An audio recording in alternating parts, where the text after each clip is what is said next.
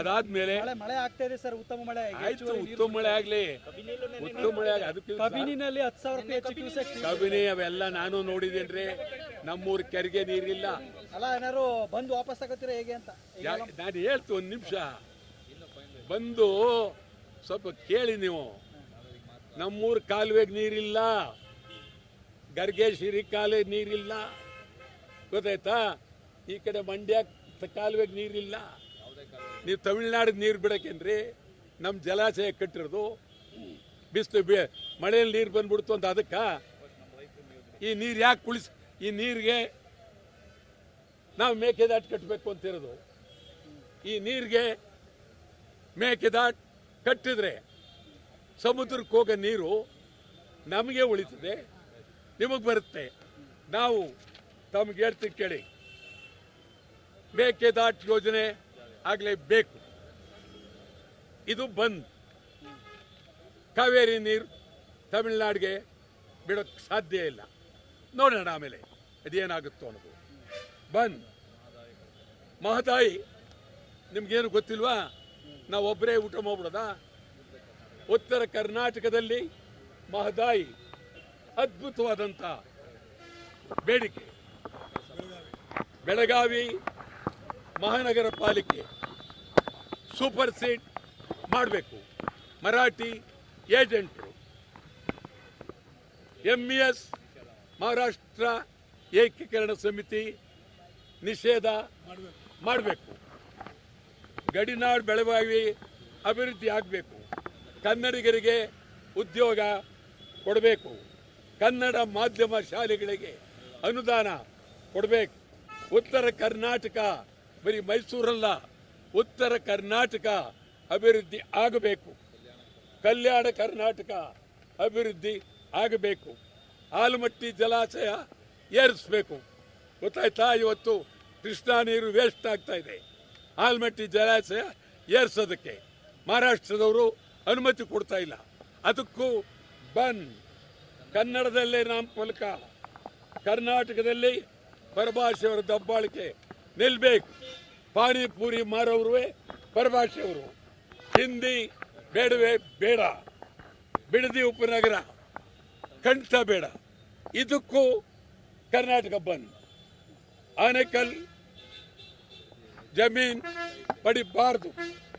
ಗಡಿನಾಡು ಕನ್ನಡ ಶಾಲೆಗಳಿಗೆ ಕಾಸರಗೋಡು, ತಾಳ್ವಾಡಿ, ಹೊಸೂರು, ಅಕ್ಕಲಕೋಟೆ, ಸೊಲ್ಲಾಪುರ, ಮಡಕ್ಸಿರ ಇಲ್ಲಿ ಕನ್ನಡ ಶಾಲೆಗಳು, ಕನ್ನಡ ಸಂಸ್ಕೃತಿ ಬೆಳಗೋಗಕ್ಕೆ ಪ್ರತಿ ವರ್ಷ ಆಯವ್ಯಯದಲ್ಲಿ 500 ಕೋಟಿ ರೂಪಾಯಿ ಇಡಬೇಕು. ಬ್ಯಾಂಕ್ಗಳಲ್ಲಿ ಕನ್ನಡಿಗರಿಗೆ ಉದ್ಯೋಗ. ಯಾವುದೇ ಕಾರಣಕ್ಕೂ ಸರ್ಕಾರಿ ಶಾಲೆಗಳು ಖಾಸಗೀಕರಣ ಆಗಬಾರ್ದು.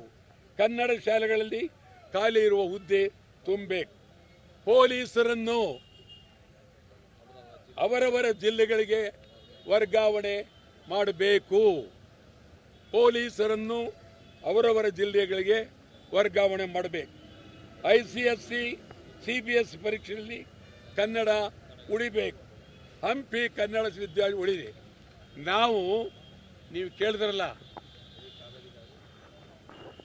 ಇದು ಮಳೆಯಿಂದ ನೀರು ಬಂದು ತಮಿಳುನಾಡಿಗೆ ಹೊಂಟೋಯ್ತು ಅಂದ ತಕ್ಷಣ ಬಂದನ್ನು ನಿಂತುಕೊಳ್ಳಲ್ಲ. ನಿಮ್ಗೆ ಹೇಳಿದ್ವಲ್ಲ ನಾವು, ಇಷ್ಟು ಬೇಡಿಕೆಗಳು ಸಮಗ್ರ ರಾಜ್ಯದ ಸಮಗ್ರ ಕನ್ನಡಿಗರ ಬೇಡಿಕೆ. ಮುಖ್ಯಮಂತ್ರಿ ಹೇಳ್ತಾರೆ ಯಾವುದೇ ಬೇಡಿಕೆ ಅದರ ಹಿನ್ನೆಲೆ ಏನು ಅಂತ. ಆ ಬೇಡಿಕೆ ಹಿನ್ನೆಲೆ ಏನು, ಯಾಕೆ ಅಂತ. ನನಗಿಂತ ಮುಖ್ಯಮಂತ್ರಿಗಳು ಜೀವನದಲ್ಲಿ ಚಳುವಳಿ ಮಾಡಿದಾರ? ನಾನು ಚಳುವಳಿ ಮಾಡೋಕ್ಕೂ ಆರಂಭ ಮಾಡಿದಾಗ ಅವರು ಹುಟ್ಟೇ ಇರಲಿಲ್ಲ. ಮಾತನಾಡುವಾಗ ಅವರು ನಮ್ಮನ್ನು ಅಷ್ಟು ತೀರ. ಮತ್ತು ಅಲ್ಲಿ ಹೇಳ್ತಾರೆ ಪ್ರವಾಹ ಬರುತ್ತೆ, ಯಾರು ಹೋಗಬೇಡಿ, ಬೇರೆ ರೀತಿ ವ್ಯಂಗ್ಯವಾಗಿ ಕೊಚ್ಕೊಂಡು ಹೋಗ್ಬಿಡ್ತೀರಿ, ನಮಗೆ ಕೊಚ್ಕೊಂಡು ಹೋಗ್ಬಿಡ್ತೀವಿ ಅಂತ ಅವ್ರು ಹೇಳೋದು. ಹೋರಾಟ ಮಾಧ್ಯಮಕ್ಕೆ ಸೀಮಿತವಾಗಬಾರ್ದು ಅಂತ ಅದು ಹೇಳಿದ್ರೆ ಮನವಿ ಮಾಡ್ಕೊಂಡಿದ್ದಾರೆ. ಓ ಅದಿರಲಿ. ಇವರು ಇವತ್ತು ಬಾಂಡ್ಲಿ ತಗೊಂಡು ನಿಂತ್ಕೊಂಡವ್ರಲ್ಲ, ಯಾಕೆ ಬಾಂಡ್ಲಿ ಹೊತ್ಕೊಂಡು? ಅದು ಮಾಧ್ಯಮ ಅಲ್ವಾ? ಬಾಂಡ್ಲಿ ಹೊತ್ಕೊಳ್ದವರು ಯಾಕೆ ಹೊತ್ಕೊಂಡ್ರು? ಮತ್ತು ನೆನ್ನೆ ಬೆಂಗಳೂರು ಬರಾಗ ವಿಳ್ಯದಲ್ಲಿ ಯಾಕೆ ಇದು ಮಾಡ್ಕೊಂಡ್ರು? ಇವೆಲ್ಲ ಮಾತಾಡಬಾರ್ದು. ಅವರು ನನಗಿಂತ ಹೋರಾಟ ಹೇಳಿ, ಚಾಲೆಂಜ್, ನನಗಿಂತ ಅವರು ಹೋರಾಟ ಮಾಡಿದ್ದೀವಿ ಅಂತ ಹೇಳ್ಬಿಟ್ರೆ ನಾನು ಸಾರ್ವಜನಿಕವಾಗಿ ಸಮಗ್ರ ಕನ್ನಡಿಗರಿಗೆ ಬಹಿರಂಗವಾಗಿ ಶರಣಾಗ್ತೀನಿ. ಹೇಳಿ, 64ರಲ್ಲಿ ನಾನು ಕಾರ್ಪೊರೇಟರ್ ಬೆಂಗಳೂರು, 67 ಅಸೆಂಬ್ಲಿ ಸದಸ್ಯ, ನಿಜಲಿಂಗಪ್ಪನವರು ಮುಖ್ಯಮಂತ್ರಿ, ನನಗಿದ್ದವರು ಎಂತೆಂಥ ನಿಜಲಿಂಗಪ್ಪನವರು, ಹನುಮಂತಯ್ಯನವರು, KC ರೆಡ್ಡಿ, ವೀರೇಂದ್ರ ಪಾಟೀಲ್, ಗೋಪಾಲ್ ಗೌಡರು, ಎಂತ ಶಿವಪ್ಪನವರು, ದೇವೇಗೌಡರು ಎಲ್ಲರೂ ಇದ್ರು ನನ್ನ ಜೊತೆಲಿ. ಸಾವುಕಾರ ಚೆನ್ನೈನವರು, ಚನ್ನಬಸಪ್ಪನವರು ಅಂಥವ್ರು ಯಾರಾದರೂ ತಮ್ಮ ಜೊತೆಲಿ ಇದ್ದಾರ ಅಂತ ನೇರವಾಗಿ DK ಶಿವಕುಮಾರ್ ಅವ್ರನ್ನ ಅತ್ಯಂತ ಕಳಕಳಿಯಿಂದ ಮಾಡ್ತೀವಿ.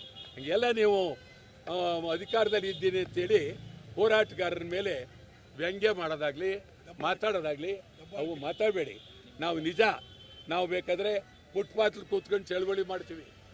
ಇನ್ನೇನು ಅರಮನೆಯಲ್ಲಿ ಕೂತ್ಕೊಂಡು ಮಾಡೋಕ್ಕಾಗತ್ತಾ ಚಳವಳಿನ? ಫುಟ್ಪಾತ್ಲಿ ಮಾಡ್ತೀವಿ. ಆ ದೃಷ್ಟಿಯಿಂದ ನಾನು ಸ್ಪಷ್ಟವಾಗಿ ಹೇಳ್ತಾ ಇದ್ದೀನಿ, ಯಾವ ಕಾರಣಕ್ಕೂ ಈ ಬಂದು ನಿಮ್ಮ ವಿರುದ್ಧ ಅಲ್ಲ, ಈ ಬಂದ್ ರಾಜ್ಯಕ್ಕಾಗಿ, ಈ ಬಂದ್ ಕೇಂದ್ರ ಮತ್ತು ರಾಜ್ಯ ಸರ್ಕಾರಕ್ಕಾಗಿ. ಈ ಬಂದ್ ಒಂದೇ ಒಂದಲ್ಲ, ಎಲ್ಲ ಸಮಗ್ರ ಬೇಡಿಕೆಗಳನ್ನು ಈಡೇರಿಸಬೇಕು ಅಂತಕ್ಕಂಥದ್ದು. ಮಾನ್ಯ DK ಶಿವಕುಮಾರ್ ಅವರೇ, ವ್ಯಂಗ್ಯ ಬೇಡ, ಹಾಗೆಲ್ಲ ಮಾತಾಡಬಾರ್ದು. ಮಾತಾಡಿದ ಗೌರವ ಅಲ್ಲ, ಅದಲ್ಲ, ಅರ್ಥವಿಲ್ಲ. ಬಂದ್ ಮಾಡೇ ಮಾಡ್ತೀವಿ, ಯಾವ ಕಾರಣಕ್ಕೂ ನಿಲ್ಲಲ್ಲ, ಯಾವ ಒತ್ತಡಕ್ಕೂ ಮಣಿಯಲ್ಲ. ಬಂದ್ ಮಾಡೇ ಮಾಡ್ತೀವಿ, ಬಂದ್ ಮಾಡೇ ಮಾಡ್ತೀವಿ, ಬಂದ್ ಮಾಡೇ ಮಾಡ್ತೀವಿ.